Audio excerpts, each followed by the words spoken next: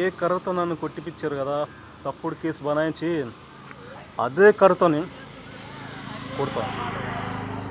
ఏ సాక్ష్యం లేకుండా కొడతా. సన్నాయి, డోల్, హార్మోనియం అన్నీ వాయిస్తా. కర్ర సంగతి ఏంటంటే గాయం కనిపించదు, బొక్కలు విరిగిపోతాయి లోపడంతా. క్యూ కేక, క్యూ క్యూ క్యూ క్యూ క్యూ అని.